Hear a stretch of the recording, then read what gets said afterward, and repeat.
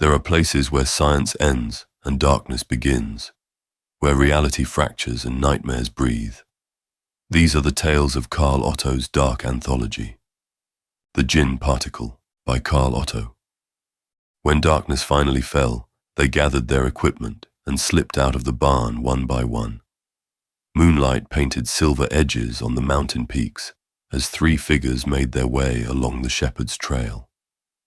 Nazari's ribs still ached with each step, but the painkillers had dulled the worst of it. Ahead, Amir consulted a worn map by flashlight, while Elder Mahmoud brought up the rear, occasionally glancing behind them. The stream's quiet murmur guided them to the meeting point. Here, ancient stones formed a crude bridge, worn smooth by centuries of shepherds' crossings. In the darkness, the water seemed to flow both ways at once, its surface occasionally rippling against the current. They found Hamid waiting in the shadow of a boulder, his sensor now lit but covered to show only the faintest glow. The boy's eyes reflected starlight as he studied their approach. "You brought the salt," he whispered. Amir patted his pack. "Just like you said, though I don't understand." "The Djinn respects the old ways," Hamid interrupted, his voice carrying that unsettling certainty again. "Even when it's angry." He looked at Nazari. "Now we must find the 3 tunnels." The boy's eyes were a combination of childish wonder and scared wisdom. It shows everyone differently, but always 3 choices. Hamid started up a narrow track, barely visible in the darkness. The path changes, but the tunnels stay the same. One leads back, one leads down, he hesitated, one leads through. The boy moved with practiced ease despite the darkness, occasionally touching specific rocks as if in greeting. The adults followed more cautiously, their modern hiking boots somehow making more noise than Hamid's worn sandals. "Here." Hamid stopped suddenly at a section of weathered rock face. "Watch the shadows." The boy's eyes were a combination of childish wonder and scared wisdom. He lifted his sensor, letting the smoke drift against the stone. For a moment, nothing happened. Then Nazari noticed something odd, a shadow that shouldn't exist, cast by nothing, stretching across the rock like a door slightly ajar. "There was no crevice there a moment ago," Nazari said quietly, his scientific mind struggling to process what his eyes were seeing. "It's always there," Hamid replied, his voice barely a whisper. "But it only shows itself to those it wants to find it." He touched the rock beside the deepening shadow. "The old ways remember who asks politely." The shadow widened, revealing a narrow crack in the stone, barely wide enough for an adult to squeeze through sideways. The edges of the opening seemed to shift when viewed directly, as if the rock itself was reluctant to admit its own penetrability. "Quickly," Hamid said, already slipping into the darkness. "It doesn't like being seen for too long."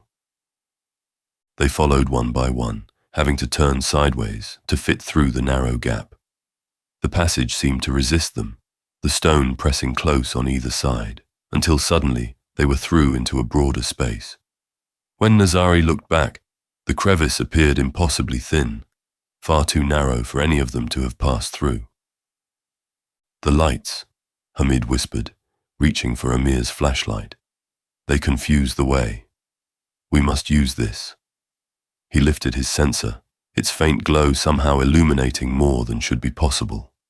The smoke curled unnaturally, flowing against gravity and forming shapes that almost made sense before dissolving. "Don't look back again," Hamid added, noticing Nazari's continued study of the entrance. "The way in isn't always the same as the way out."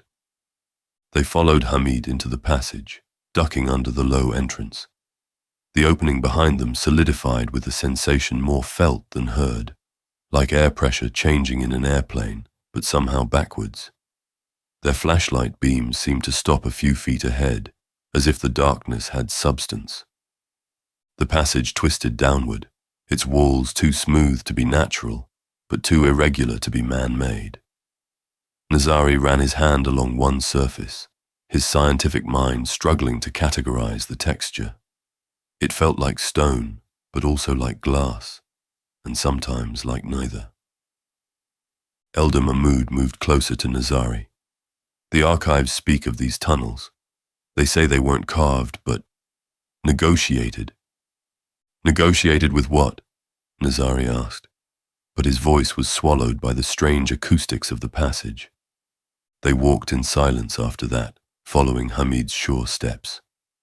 The boy continued his habit of touching certain rocks, but now Nazari noticed how the stones seemed to ripple slightly at each contact, like water disturbed by rain.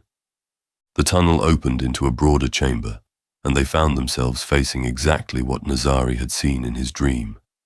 3 passages, each identical in size but somehow fundamentally different, in a way that defied description. Here, Hamid said, his voice barely above a whisper. One leads back to the village. One leads down to the old caves. And one, he glanced at Nazari, one leads to its home. Amir moved to study each entrance. How do we choose? We don't, Hamid replied. It chooses. He lifted his sensor higher, letting the smoke drift toward the openings. Watch the shadows. The smoke flowed into all 3 passages simultaneously, a feat that should have been impossible given the air currents they could feel. But as they watched, the shadows cast by the smoke began to move, independently of their source. In the left tunnel, they flowed back toward the entrance. In the right, they spiraled downward. But in the middle passage, there, Elder Mahmoud pointed. The shadows in the central tunnel were forming distinct shapes, identical glyphs from Nazari's vision, the markings that made his eyes ache when he tried to focus on them. The middle path, Hamid confirmed. But he hesitated, clutching his sensor tighter. It knows we're here now, and it's waiting. Elder Mahmoud placed a steadying hand on Hamid's shoulder. Lead on, boy. We'll follow your guidance. The middle tunnel seemed to bend light differently than the others, making depth perception unreliable. Hamid moved forward with his sensor, the smoke now forming more deliberate patterns, like written words in a script too ancient to recognize. Stay close, the boy whispered. The shadows here. They remember things, old things. As if in response, darkness pooled at the edges of the sensor's light, taking shapes that suggested figures watching their passage. Nazari's scientific mind tried to rationalize what he was seeing. Light diffraction, moisture in the air. Yet every logical theory dissolved when confronted with the supernatural phenomena surrounding them. The tunnel curved in ways that violated geometry, turning back on itself without completing a circle. Sometimes they seemed to be walking on the walls or ceiling, though their sense of gravity never shifted. The only constant was Hamid's unwavering progress and the steady stream of smoke from his sensor. The salt, Hamid said suddenly, stopping at a junction where the passage split like lightning frozen in stone. Make a circle, quickly. Amir fumbled with his pack, producing a bag of coarse salt. Under Hamid's direction, they formed a circle large enough for all 4 to stand within. The boy then traced symbols in the salt with his finger, symbols that matched those flickering in the shadows. Why? Nazari started to ask, but his question was answered by a wave of darkness that flowed past their circle like water, carrying within it shapes and sounds that belonged to other times, other places. The salt circle glowed faintly, holding back the tide of memories. The temple was built on older things, Hamid explained, his voice tight with concentration. Sometimes they leak through.